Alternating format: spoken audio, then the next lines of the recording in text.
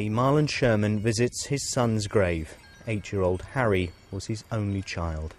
And today he was told much more could have been done to save his son's life.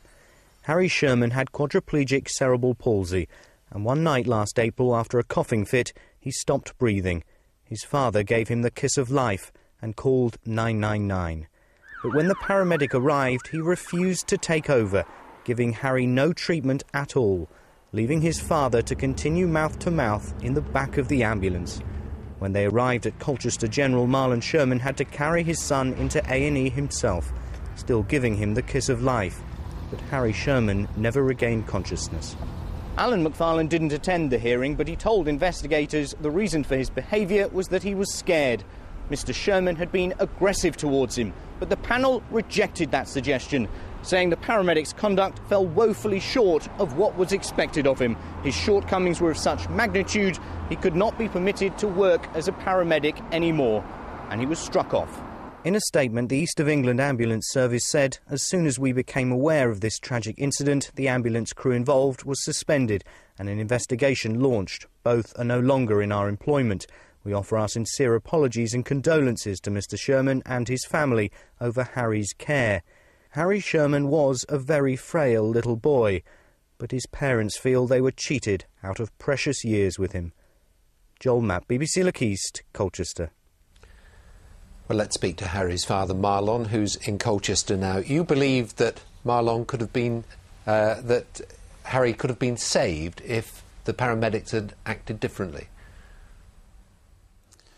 Yes, I do. I mean, nothing is 100% and guaranteed, but certainly on the night last year, and after hearing the evidence over the last few days and the panel's decision, yes, I believe there was a chance that Harry would still be here now.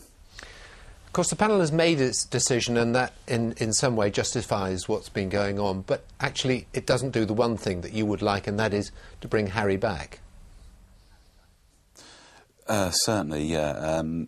We were in a situation really today, whatever the outcome, it wasn't going to be a satisfactory answer for us, because nothing is going to bring Harry back to us. The pain and suffering that it's caused us over the last 18 months, and certainly the indignity that Harry had to suffer the last few hours of his life, that will never go away. For Mr. McFarlane not to do what he should have done that night is just totally unacceptable, and by him not attending over the last few days just shows what type of person he is, and that's a coward. Are you disappointed he didn't come to the hearing today? Very disappointed, yes, very disappointed. For someone that's made some serious allegations, certainly against myself, which I've had to carry for the last 18 months, is sickening.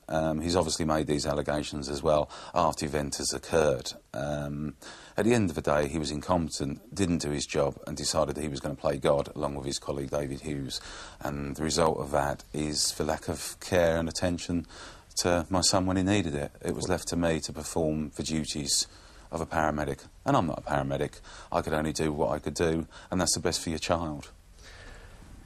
You go to the grave every day. Do you go and tell him what's happening? Yes, I do. Yes, I do. One of the ways I've had to deal with things is I do spend a lot of time with my son, as a lot of people do, and I'm sure people that have lost children and loved ones will appreciate that. Because that's the way I've had to deal with it. It's affected me immensely. The errors of this guy and, as I say, the incompetence and the attitude of him.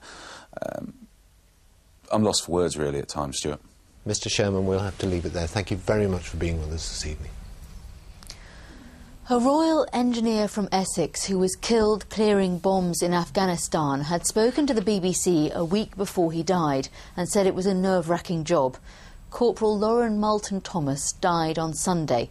His commanding officer has described him as a man of great courage.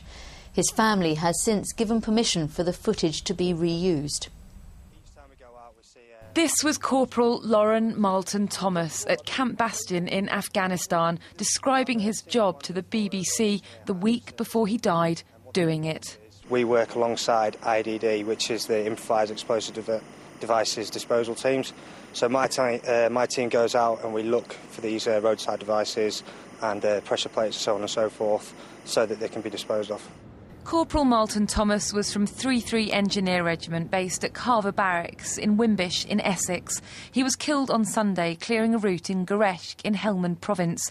He'd been there since September. Since we've been here, my team has found around 18 devices. 18 devices, which, if they had gone off, would have resulted in casualties? Of course, yeah. Would have done. Improvised explosive devices, IEDs, are designed to kill and maim. They're the cause of 3/4 of British deaths in Afghanistan this year. Last year, we filmed Royal Engineers from Woodbridge carrying out the critical and critically dangerous task of searching for them. For the lads who are doing the searching, the colour has drained from the faces quite a few times, yeah. For myself, I'm a little further back, but still I'm worrying about the guys on the ground. So for me, again, it is nerve-wracking as well. Last month, colleagues of Corporal Marlton Thomas returned to Carver Barracks to be greeted by family and friends. His widow, Nicola, has described him as army barmy. He died doing the job he loved. And Jana Gadgill, BBC Look East. There are questions tonight about the facilities in hospital for patients with dementia. It comes after a woman discharged herself from hospital because she felt scared by patients with severe dementia who were sharing the ward. Waking up after her operation, Helen Hayes found herself on a 6-bedded ward next to an elderly woman suffering from severe dementia. She became abusive, and all her abuse was directed at me. She was confused about who I was, and she was shouting obscenities at me and telling me to get out of bed and come and take her out for a cigarette and all that kind of thing. 4 weeks later, Helen was back in the James Paget with complications. Another ward with another patient suffering from dementia, this one even more distressed.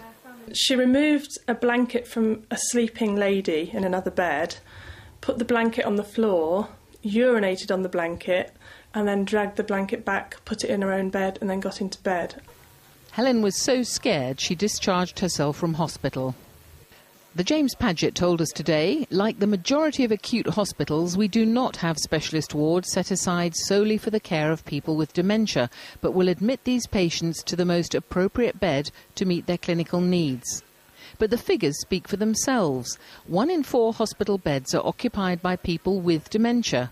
88% of nurses in the East do not receive any or enough dementia training, and nearly 40% of sufferers unable to return home have to enter a care home instead. I do think for the comfort and benefit of everybody, there should be dedicated wards for people that have Alzheimer's who are in hospital, Alzheimer's and any other dementia. In the Queen's speech today, the government pledged more help and care for the elderly, which, when it comes, will be welcomed by those trying to provide the best care for all hospital patients. Carol Bundock, BBC Look East. And if dementia affects someone you know, or if you've been in a similar situation, we'd like to hear from you. You can call us on 08457 630 630, or you can email via the website bbc.co.uk/lookeast.